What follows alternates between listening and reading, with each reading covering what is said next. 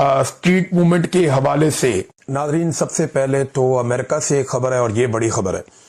Donald Trump اور Nitin Yahoo کی ملاقات ہوئی اور اس کے بعد انہوں نے میڈیا سے بات چیت کی اور جو چیزیں انہوں نے کہیں وہ میں آپ کے سامنے رکھنے والا ہوں۔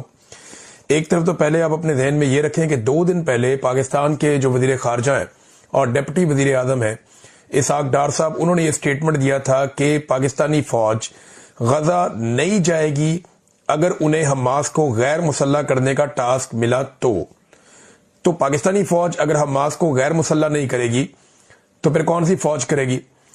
آپ کو ذرا جائزہ لینا پڑے گا۔ بہت سارے ملک جو ہیں وہ منع کر چکے ہیں، یعنی ترکی کے حوالے سے اسرائیل کو تحفظات ہیں اور ترکی کے ساتھ بہترین تعلق ہونے کی وجہ سے آذربائیجان نے منع کر دیا ہے، ملیشیا اس کا حصہ نہیں بن رہا، پاکستان کے اندر شدید قسم کا رد عمل ہے، انڈونیشیا جو ہے وہ اپنی فوج بھیجنے کا دعویٰ کر چکا ہے اور وعدہ بھی کر چکا ہے، وہ یہ کہتے ہیں کہ وہ اپنی فوج بھیجیں گے۔ لیکن جتنے بھی عرب ممالک ہیں، چاہے اس پہ کویت ہے، اس کے اندر جو یمن ہے، یمن تو بالکل نہیں جا رہا، ایران بھی نہیں جا رہا، عراق بھی نہیں جا رہا، شام بھی نہیں جا رہا، مصر بھی شاید اس میں نہیں جا رہا، ان کے ساتھ تو پہلے ہی لڑائی چل رہی ہے اسرائیل کا، ان کا گولان ہائٹس کا ایک الگ سے پرابلم ہے۔ پھر سعودی عربیہ، UAE اور قطر، یہ ممالک بھی اپنی فوج نہیں بھیج رہے، جبکہ عمان بھی اپنی فوج نہیں بھیج رہا۔ تو یہ پھر باقی ملک کون سے بچ جاتے ہیں جو اپنی فوج بھیجیں گے؟ تو پاکستان نے کیونکہ خود سے آفر کیا ہوا ہے اور امریکہ کی جانب سے پاکستان کا شکریہ ادا کیا گیا کہ پاکستان نے آفر کیا ہے کہ ہم اپنی فوج غزہ میں بھیجیں گے اس سے کارروائی کے لیے جو کارروائی امریکہ چاہتا ہے، جو ایک قرارداد ہے اس میں ووٹ دے کر پاکستان اپنے عزم کا اظہار کر چکا ہے کہ حماس کو غیر مسلح کیا جائے گا اور ایک سٹیبلائزیشن فورس وہاں پہ بھیجی جائے گی غزہ میں۔ اب پاکستان اس کا حصہ بنتا ہے اور حماس کو غیر مسلح نہیں کیا جاتا تو یہ کیا کہانی ہوئی؟ یہ تو پھر تو سارا معاملہ ہی گول ہو گیا۔ اب اسحاق ڈار کہتے ہیں کہ پاکستانی فوج غیر مسلح کرنے نہیں جائے گی۔ ڈونلڈ ٹرمپ کیا کہتا ہے ذرا وہ سنیں۔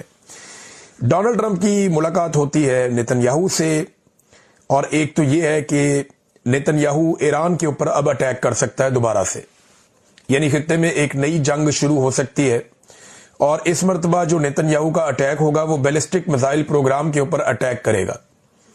جب ایک سوال پوچھا گیا ڈونلڈ ٹرمپ سے کہ کیا آپ ایران کے اوپر حملہ کرنے کی اسرائیل کو اجازت دیتے ہیں، تو ڈونلڈ ٹرمپ نے کہا جی بالکل، بیلسٹک میزائلوں کے لیے ہم ہاں کہتے ہیں کہ ان کے اوپر اگر ایران پہ اٹیک کرتا ہے، ایران کی بیلسٹک میزائلز کی جو ٹیکنالوجی ہے اس پہ اگر اٹیک کرتا ہے اسرائیل تو ٹھیک ہے، ہم ہاں کہتے ہیں، اور اگر وہ ایٹمی ہتھیاروں کے لیے اٹیک کرتا ہے تو پھر تو ہم کہتے ہیں کہ فوری طور پہ، یعنی فاسٹ، جلدی آپ اس کو کریں، ہم یہ کہتے ہیں۔ دوسری جانب جو ہے وہ اسرائیلی جو نیتن یاہو ہیں، انہوں نے کہا میں یہ بات بار بار دہراؤں گا، اور اسرائیل بہت خوش قسمت ہے، اسرائیل کو وائٹ ہاؤس میں کبھی بھی ڈونلڈ ٹرمپ جیسا کوئی دوست میسر نہیں آیا۔ خیبر پختونخوا کے وزیر اعلیٰ سہیل آفریدی نے دھرنا دیا تھا اڈیالہ جیل کے باہر، رات کے آخری پہر انہوں نے اپنا یہ دھرنا ختم کر دیا۔ خیبر پختونخوا کے وزیر اعلیٰ کے ساتھ سلمان اکرم راجہ تھے، دیگر بہت سارے اراکین اسمبلی تھے، جو لوگ نہیں پہنچے تھے وہ بھی آ گئے تھے، میں نے پچھلے ویلاگ میں بتایا آپ کو، اور انہوں نے یہاں پہ آ کر احتجاج کیا، دھرنا دیا، عمران خان صاحب سے ملاقات کرنے کی کوشش کی، لیکن انتظامیہ ٹس سے بس نہیں ہوئی اور کوئی ملاقات نہیں کروائی گئی۔ لیکن جانے سے پہلے انہوں نے کچھ بیانات دیے۔ ایک بیان جو ہے وہ شاہد خٹک کا تھا، جنہوں نے کہا کہ ہم کل ان کے اوپر ایک باؤنسر ماریں گے اور جلد آپ کو بہت ساری چیزیں اور بہت ساری انفارمیشن ملے گی۔ اس کے بعد سلمان اکرم راجہ صاحب نے بھی اناؤنسمنٹ کیا، باقی لوگوں نے بھی اناؤنسمنٹ کیا۔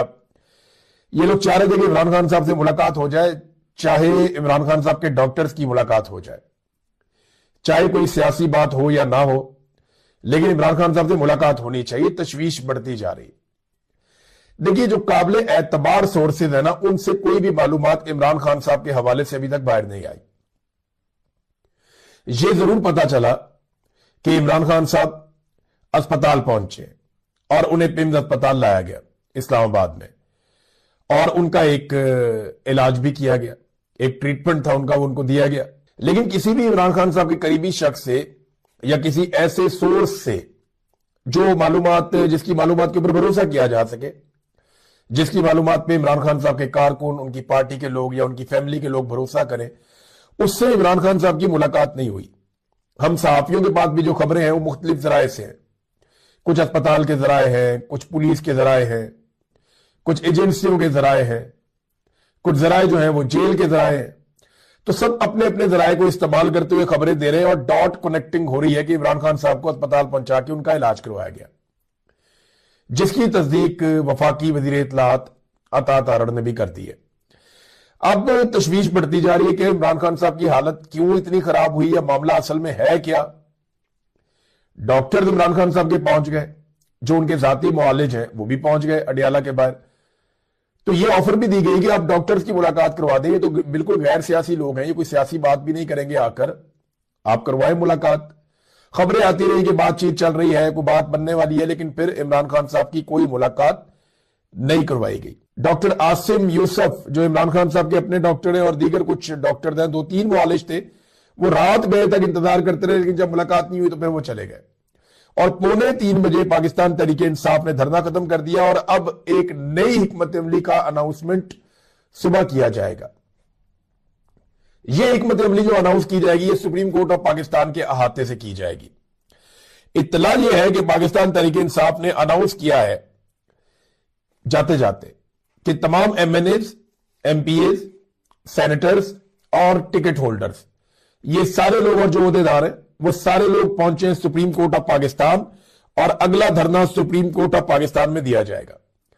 اب صبح 10 بجے مجھے ایسا لگتا ہے کہ سپریم کورٹ آف پاکستان کے باہر ایک پورا کرفیو کا ماحول بنا دیا جائے گا.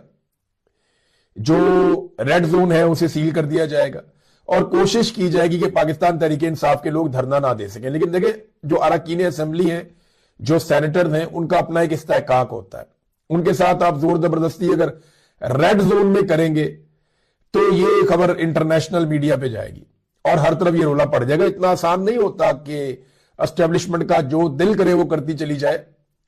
آپ بہت ظلم کر رہے ہیں، بہت جبر کر رہے ہیں، بہت ساری چیزیں آپ نے کی ہے، لیکن آپ ہر وقت سارا کچھ نہیں کر سکتے.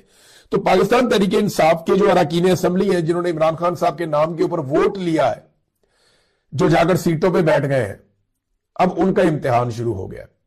عوام نے تو بار بار امتحان میں پاس ہو کر دکھایا، لیکن اصل امتحان جو ہے وہ اب اراکین اسمبلی کا ہے، سینیٹرز کا ہے، قومی اسمبلی کے اراکین کا ہے، صوبائی اسمبلی کے اراکین کا ہے، وزراء کا ہے، جو ماضی میں وزارتیں لیتے رہے، ان کا امتحان ہے.